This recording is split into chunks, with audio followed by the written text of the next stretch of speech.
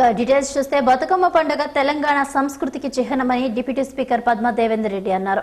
కర్మన్ ఘాట్ లో జరిగిన బతుకమ్మ సంబరాలలో పాల్గొన్నారు. మహిళలతో కలిసి బతుకమ్మ ఆడారు.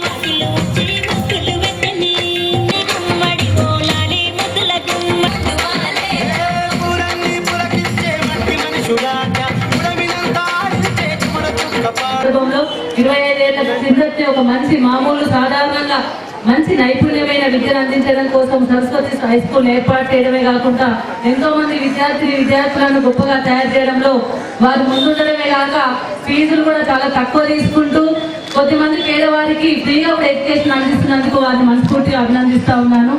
ముఖ్యంగా ఈ రోజు తల్లిదండ్రులకు ఒక అభిప్రాయం ఉంటుంది, ఏమని ఉంటుంది, అబ్బా పెద్ద స్కూల్లో చదివిస్తే మంచిగుండు, కార్పొరేట్ స్కూల్లో చదివిస్తే బాగుండని అభిప్రాయం ఉంటుంది.